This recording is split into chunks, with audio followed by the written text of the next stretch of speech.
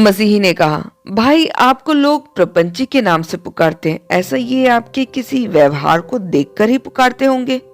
प्रपंची ने कहा, यह बात नहीं है, वे केवल एक छोटे से कारण से ऐसा कहते हैं, और वह कारण यह है कि जो जो लोकाचार जिस जिस समय में प्रचलित रहा है, मैंने उसे भला जानकर ग्रहण किया, और इसको ग्रहण करने से धन भी प्राप्त किया।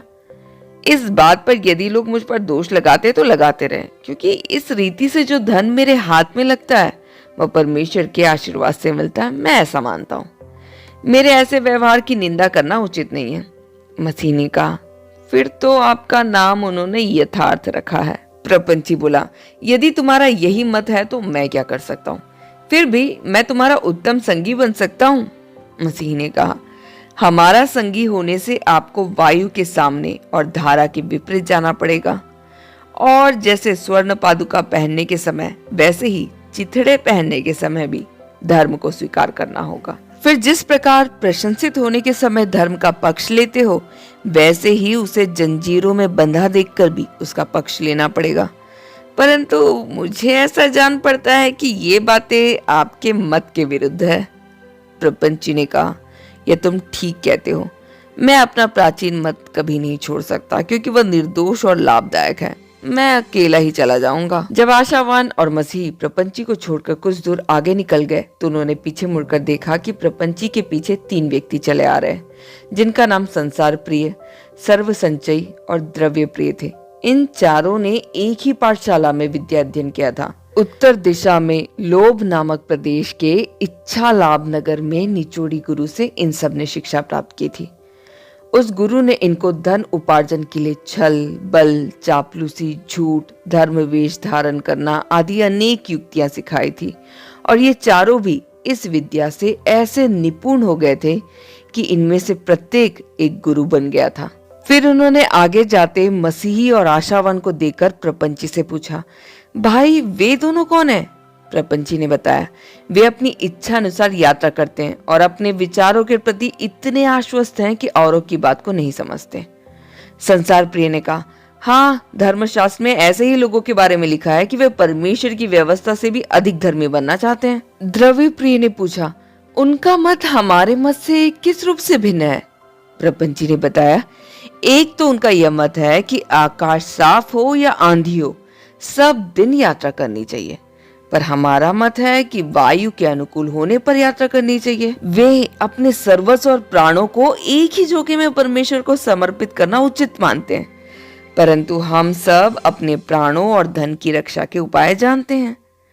यदि सारा संसार उनका विरोधी हो, फिर भी वे अपना मत नहीं छोड़ना चाहते, परंतु हम लाभ, हानि, यश, अपयश आदि देखकर धर्म त्याग या उसका पालन उचित मानते हैं। उन सब ने प्रपंची का समर्थन करते हुए कहा, सच है भाई, नीति शास्त्र और धर्मशास्त्र दोनों ही हमारा समर्थन करते हैं। प्रपंची ने कहा, यदि आप आज्ञा दे तो मैं एक प्रश्न करता हूँ। कोई धर्मोपदेशक या साहूकार यदि सांसारिक संपत्ति प्राप्त करने का अवसर देखे, परंतु साथ ही यह भी देखे कि धर्म के जिस विषय में अभी तक उसका अनुराग न था, उसमें चाहे सच्चाई से चाहे केवल दिखाने के लिए बड़ा अनुग्रह प्रकट किए बिना वह संपत्ति हाथ नहीं आ सकती, तो क्या उस संपत्ति को प्राप्त करने के लिए वैसा ही अनुराग दिखाने में उसकी साधुता पर आ जाएगी? द्रव्य प्रिय ने उत्तर दिया, पहली बात यह है कि सबसे पहले धर्मोपदेशक के कर्तव्य और अकर्तव्यों के विषय में मुझे यह बताना है कि जब कोई साधु पुरुष जो धर्मोपदेशक का कार्य करता है और उसे बहुत ही अल्प वेतन मिलता है, यदि ऐसा देखता है कि शिक्षा और उपदेश को उन्नत बनाने और श्रोतागणों को प्रसन्न करने के लिए यदि अपने मत की थोड़ी बहुत बातों को छोड़ देने के फलस्वरूप उसे अपना अभिष्ट प्राप्त हो जाता है, तो मैं उसकी साधुता और सच्चाई में कोई दोष नहीं देखता। इसका मैं प्रमाण प्रस्तुत करता हूँ। पहली बात यह है कि यदि वह अधिक वेतन पाने का प्रयास करता है तो उसे अनुचित नहीं ठहराया जा सकता, क्योंकि परमेश्वर की कृपा से उस काम को पाने का द्वार उसके लिए खुला। फिर उस कार्य को प्राप्त करने के लिए यदि उसे शिक्षा और उपदेश में अधिक यत्न करना पड़ता है, तो इससे उसकी भक्ति या विद्या की निपुणता ही बढ़ेगी। यह फल भी परमेश्वर की इच्छा के अनुसार है। तीसरी बात यह है कि यदि वह पुरुष अपने श्रोताओं की प्रसन्नता के निमित्त अपने ग्रहण किए हुए मत की किसी किसी बात को छोड़ देता है, तो उससे उसका सद्गुण प्रकाशित होता है, क्योंकि वह परहित के लिए अपनी इच्छा का त्याग करता है। फिर इससे उसका प्रेम युक्त और सुशील स्वभाव प्रकट होता है। अंत में इन बातों से स्पष्ट हो जाता है कि वह उपदेशक के पद के लिए सर्वदा उपयुक्त है। अब साहूकार के विषय में तुम्हारे प्रश्न के दूसरे भाग का उत्तर देता हूँ। कोई छोटा व्यापारी यदि धर्म के प्रति अनुराग प्रकट करने से ग्राहकों को प्रसन्न करके अधिक लाभ प्राप्त करता है या किसी धनवान स्त्री से विवाह कर सकता है, तो इन कामों में मैं कोई दोष नहीं देखता हूँ। इसका प्रथम प्रमाण यह है कि चाहे वह किसी भी प्रकार हो, मनुष्य के हृदय में धर्म के प्रति अनुराग बढ़ाना उत्तम बात है। दूसरा, धनवती स्त्री से विवाह करना और अपनी दुकान पर अधिक ग्राहकों को बुलाना वर्जित नहीं है। फिर उन चारों ने इन विषयों को अकाट्य मानकर मसीह और विश्वासी से यही प्रश्न कर उनको पराजित करने का निश्चय किया। उन्होंने इन दोनों यात्रियों को जान लिया और नमस्कार आदि की औपचारिकता पूरा करने के बाद उक्त प्रश्न पूछा। मसीह ने उत्तर दिया, यदि यूहन्ना सुसमाचार के 6 अध्याय के प्रमाण से रोटी पाने की आशा से मसीह का अनुगामी होना अनुचित ठहरता है, तो मसीह या उसके धर्म को सांसारिक लाभ और सुख पाने का मात्र उपाय ठहराना अधिक घृणा योग्य है। मूर्ति पूजक, कपटी, शैतान या टोना करने वालों को छोड़कर हम किसी और को ऐसा करते नहीं देखते हैं। पहले मैं मूर्ति पूजकों का उदाहरण देता हूँ। हमोर के पुत्र शेकेम के मन में जब याकूब की कन्या, उसके गोदन और द्रव्य लेने की इच्छा हुई और यह जानकर कि खतना करवाए बिना हम इन्हें नहीं पा सकते, तब उसने अपने साथियों से कहा, जैसे ये लोग खतना किए हुए हैं, वैसे हम सभी भी यदि खतना करवाए तो क्या उनका गोदन और अन्य धन संपत्ति हमारी ना हो जाएगी? इन वस्तुओं को पाने के लिए वे धर्म रूपी रथ पर चढ़े। उत्पत्ति 34। दूसरा, कपटियों का उदाहरण। फरीसी लोग जो कपटी थे इसी मत को मानते थे, क्योंकि वे लंबी प्रार्थना करते थे परंतु विधवाओं के घर ले लेते थे। इस कारण परमेश्वर ने उनको अधिक दंड दिया। लूका 20 का 46-47। तीसरा, यहूदा का उदाहरण, जो शैतान का रूप था, वह इसी मत का था। उसने थैली की रकम के लिए धर्म के प्रति अनुराग प्रकट किया, परंतु अंत में उद्धार से पतित होकर विनाश का पात्र बन गया। चौथे, शिमोन टोना भी इसी मत का था, क्योंकि उसने धन अर्जित करने के अभिप्राय से पवित्र आत्मा को मोल लेना चाहा। इस कारण पतरस ने उसके कर्म के अनुसार उसे दंड की आज्ञा सुनाई। प्रेरितों के काम 8 का 18-23। फिर यह बात स्मरण रखनी चाहिए कि जो मनुष्य सांसारिक लाभ के लिए धर्म को ग्रहण करता है, वह सांसारिक लाभ के लिए उसका त्याग भी करेगा। इसका प्रमाण यह है कि यहूदा ने जैसे सांसारिक लाभ के लिए धर्म को ग्रहण किया, वैसे ही सांसारिक लाभ के लिए उसी धर्म को और अपने स्वामी को बेच डाला। तुम लोगों ने इस प्रश्न के लिए जो भिन्न राय दी है, तो मूर्ति पूजक, कपट और शैतान रूपी मनुष्य के समान कर्म किया है, और इसका प्रतिफल तुमको अवश्य मिलेगा। मसीह का उत्तर सुनकर वे चारों एक दूसरे का मुंह देखने लगे और ऐसे लज्जित हुए कि इन दोनों का संग छोड़ने के अभिप्राय से पीछे रह गए। आशावान मसीह के यथार्थ उत्तर की प्रशंसा करने लगा। वे दोनों उनको छोड़कर आगे बढ़ गए। कुछ समय तक चलने के बाद वे सुख नामक एक मनोहर मैदान में पहुंचे। वह बहुत बड़ा मैदान नहीं था, इसलिए शीघ्र ही इसको पार कर गए। इस मैदान से कुछ दूर आगे संपत्ति नाम की एक छोटी सी पहाड़ी थी। उसमें चांदी की खान थी। पहले अनेक यात्री इस खान की विचित्रता देखने के अभिप्राय से सीधा पथ छोड़कर वहां गए, परंतु इस खान के मुख की भूमि उनके जाते ही ढीली होने के कारण धंस गई, और कितने मारे गए और कितने ही ऐसे अपंग हो गए कि जीवन भर वैसे ही रहे। मैंने देखा कि खान से कुछ दूरी पर देमास नाम का एक सज्जन पुरुष उस खान को देखने के लिए यात्रियों को पुकारता था। वह चिल्लाता था, हे पथिको, तुम थोड़ी देर के लिए पथ छोड़कर यहाँ आओ, मैं तुमको कुछ पदार्थ दिखाऊंगा। मसीह ने उससे पूछा, हम लोगों को पथ से फेरने योग्य वहां क्या पदार्थ है? दिमास ने बताया, यह चांदी की खान है। कितने ही मनुष्य धन संग्रह करने के लिए इसे खोद रहे हैं। यदि तुम यहाँ आओ तो सहज ही धनवान हो जाओगे। यह सुनकर आशावान बोला, चलो भाई हम भी देख आए। मसीही ने कहा, इस समय मैं वहां नहीं जाऊंगा, क्योंकि उस स्थान के विषय में मैं पहले भी बहुत कुछ सुन चुका हूं। वहां बहुत मनुष्य मरे पड़े हैं, और जो पथिक धन की इच्छा से वहां जाते हैं, धन के कारण उनकी यात्रा में विघ्न उत्पन्न हो जाता है। तब मसीही ने दिमांस को पुकार कर कहा, क्यों भाई, क्या वह खतरनाक स्थान नहीं है? क्या वहां जाने से बहुतों की यात्रा में बाधा नहीं पड़ी? होशे 4 का 16 से 18। दिमास ने उत्तर दिया, जो सावधान नहीं रहता केवल उसी के लिए यहाँ खतरा है। ऐसा कहते हुए भी दिमास को लाज ना आई। तब मसीही ने आशावान से कहा, भाई हम एक कदम भी उधर नहीं जाएंगे। आशावान ने कहा, मुझे निश्चय है कि प्रपंची आदि इस स्थान पर आएंगे तो वे अवश्य वहां जाएंगे। कुछ देर के बाद प्रपंची और उसके साथी भी वहां आ पहुंचे।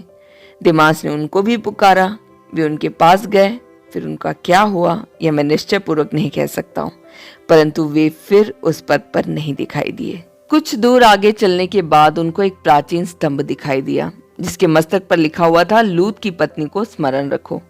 मसीह ने कहा, इस स्त्री ने एक दंड से रक्षा पाई, पर दूसरे दंड से नष्ट हुई।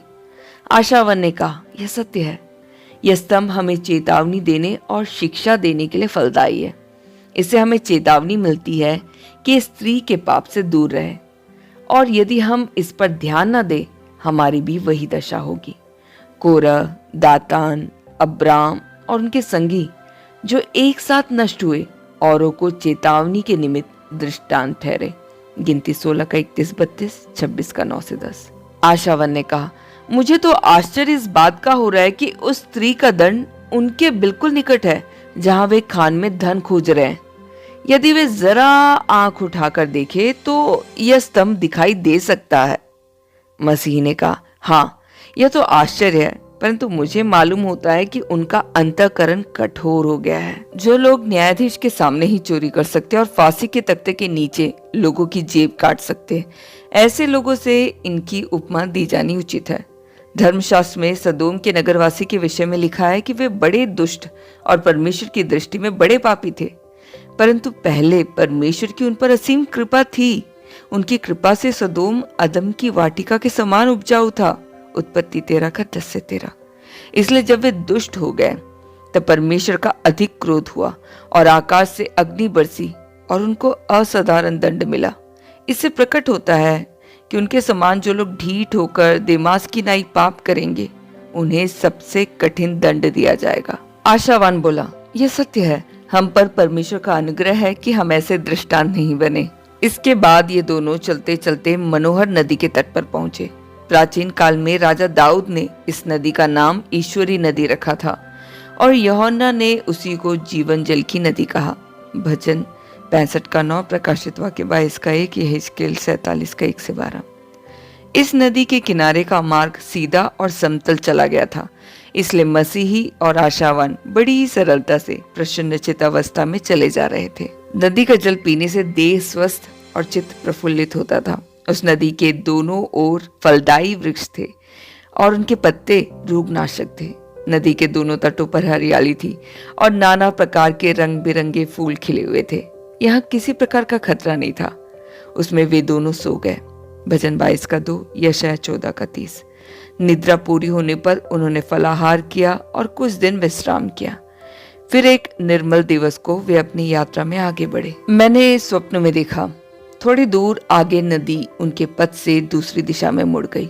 उदास तो हुए, परंतु पथ न त्याग सके। आगे की भूमि कठोर थी और लंबी यात्रा के कारण यात्रियों के पांवों में छाले पड़ गए थे। इस कारण उनका साहस टूटने लगा था। गिनती 21 का 4। इच्छा थी कि समतल भूमि मिल जाए तो अच्छा हो। शीघ्र ही उनको मार्ग की बाई ओर कूपत नामक एक मैदान दिखाई दिया। मसीह ने अपने संगी आशावान से कहा, वह मैदान जो हमारे पथ के निकट होता हुआ निकलता है, हम उससे होते हुए बढ़े। उस मैदान में प्रवेश करने के लिए एक छोटा सा फाटक बना हुआ था। वहां से मसीह ने देखा कि पथ के साथ साथ एक पगडंडी चली गई है। उसने आशावान से कहा, आओ भाई, हम भीतर जाकर पगडंडी से होते हुए चले। आशावान ने कहा, कदाचित पगडंडी पर चलने से हमारा मार्ग छूट जाए तो क्या करेंगे? मसीह ने कहा, ऐसा नहीं होगा। तब आशावान ने उसका प्रस्ताव स्वीकार कर लिया और वे सुगमता से चलने लगे। फिर व्यर्थ साहसी नामक एक व्यक्ति को देखकर उन्होंने पूछा, महाशय, यह मार्ग कहाँ से जाता है? उसने बताया कि स्वर्गपुर के द्वार तक जाता है। मसीह ने कहा, मैंने तो पहले ही कहा था। उस व्यक्ति के पीछे पीछे चलते हुए शीघ्र ही संध्या आ गई और सूर्यास्त के पश्चात घोर अंधकार छा गया। अंधकार में आगे जाने वाला व्यक्ति उनको दिखाई नहीं दिया, परंतु उसको भी अंधकार में पथ दिखाई नहीं दिया, इसलिए वह एक बहुत गहरे गड्ढे में गिर गया। व्यर्थ साहसी जैसे मूर्खों को पकड़ने के लिए भूमि के स्वामी ने यह गड्ढा खुदवाया था। यशायाह 9:16। उसमें गिरने से व्यर्थ साहसी गंभीर रूप से घायल हो गया। मसीही और आशावान ने उसके गिरने का शब्द सुनकर उसे पुकारा, परंतु कोई उत्तर न मिला। केवल कराहने का शब्द सुनाई देता रहा।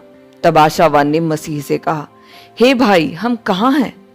मसीह ने उसे कोई उत्तर न दिया। वह मन ही मन सोच रहा था, हाय हाय, मैं अपने संगी को भी कुपथ में ले आया हूं।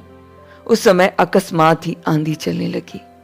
फिर बादल गरजने और मूसलाधार वर्षा होने लगी, जिससे बाढ़ आ गई। तब आशावान ने घबरा कर कहा, हाय, मैं अपने मार्ग पर क्यों न रहा? मसीह ने कहा, भाई, कौन जानता था कि इस पथ पर चलने से हमारा मार्ग छूट जाएगा। फिर उसने विपत्ति में अपने भाई को डालने के लिए आशावान से माफी मांगी और खेद प्रकट किया। फिर उन्होंने वापस लौटने का निश्चय किया। तभी अकस्मात उन्हें एक वाणी सुनाई दी कि जिस राजमार्ग से होकर तुम जा रहे थे, मन लगाकर उसी मार्ग को वापस जाओ। यिर्मयाह 31:21। इस शब्द से उनको कुछ साहस हुआ। उन्होंने लौटने का भरसक प्रयास किया, पर एक तो घोर अंधकार था, दूसरा बाढ़ आई हुई थी। वे अनेक बार गिरे, परंतु जिस फाटक से आए थे वह उनको ना मिला। इसलिए भोर की आशा लगाए वे एक शरण स्थान पाकर बैठ गए। फिर थकावट से चूर दशा में सो गए।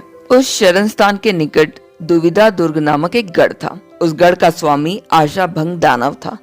वे उसी की भूमि में सो रहे थे। भोर को वह दानव वहां आया और कठोर शब्द में बोला, तुम मेट लाद कर मेरी भूमि में आकर सोए? इससे तुम अपराधी हुए। तुम्हें मेरे साथ चलना होगा।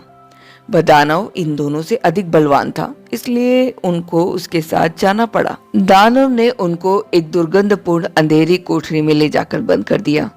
वहां उनकी बड़ी दुर्दशा हुई। वे बुधवार से शनिवार की संध्या तक बिना अन्न जल पड़े रहे। उनको सूर्य की ज्योति नहीं मिली और न ही किसी ने उनकी खबर ली। भजन संहिता 88:18। उस आशा भंग दानव की शंका नामक पत्नी थी। जब दानव ने उसे बंदियों के विषय में बताया तो उसने पति को उन्हें निर्दयता से पीटने का परामर्श दिया। उसने दूसरे दिन प्रातःकाल कोठरी में उनको लाठी से ऐसा मारा कि वे करवट भी ना ले सके। उन दोनों ने पीड़ा से रोते और विलाप करते हुए सारा दिन बिताया। फिर रात्रि में उस स्त्री ने पति के साथ उनके विषय में बातचीत करने से जाना कि वे अब भी जीवित है। उसने अपने पति से कहा कि उनको आत्महत्या करने का परामर्श दो। वह दानव प्रातःकाल फिर वहां पहुंचा और उनको पीड़ित दशा में देखकर बोला, इस कारागार से तुम्हारा छूटना असंभव है, इसलिए तुम छुरा मारकर या फांसी डालकर या विष खाकर प्राण हत्या करो तो तुम्हारा अधिक कल्याण होगा। क्योंकि यदि प्राण रहते हुए इतना दुख होता है तो प्राण के बचाने से क्या लाभ। इन्होंने उससे छोड़ देने के लिए बहुत विनती की, परंतु वह अत्यंत क्रुद्ध होकर इन पर झपटा और इनको अपने जीवित रहने का भी भरोसा न रहा। परंतु बहुत दिनों से उस दानव को ग्रीष्म काल में मिर्गी का दौरा पड़ता था, जिससे वह कुछ समय के लिए अशक्त हो जाता था। वह उनसे अपने परामर्श पर विचार करने की आज्ञा देकर चला गया। उसके जाने के बाद मसीह ने कहा, हे भाई, अब क्या करे? इस दशा में जीवित रहना या फांसी लगाकर मर जाना, इसमें से कौन सी बात उपयुक्त है? इसका निश्चय करना कठिन है। मेरी समझ में ऐसे जीने से मरना ही भला है और इस कारागार से कब्र में रहना भला है। अय्यूब 7:15। तुम क्या कहते हो? हम दानव की बातें माने या नहीं? आशावान ने कहा, इस वर्तमान दुर्दशा में रहने की अपेक्षा मेरी समझ में मरना भला है। परंतु जिस देश को हम जा रहे हैं उस देश के प्रभु ने कहा है कि हत्या न करना। जो किसी दूसरे की हत्या करना पाप है, तो अन्य के परामर्श से आत्महत्या करना तो अधिक पाप है। फिर जो दूसरों की हत्या करता है वह केवल उसके शरीर को घात करता है, परंतु जो आत्महत्या करता है वह अपने शरीर और आत्मा दोनों का नाश करता है। तुम जो ये कहते हो कि कब्र में सुख मिलेगा, तो क्या नरक के कष्ट भूल गए हो? आत्महत्या करने वाले को निश्चय ही नरक भोगना पड़ेगा, क्योंकि पवित्र शास्त्र बताता है कि हत्यारे का अनंत जीवन में कोई अधिकार नहीं है। इस रीति से आशावान ने अपने साथी के हृदय को दृढ़ किया और वे धैर्य रखकर दुर्दशा भोगते रहे।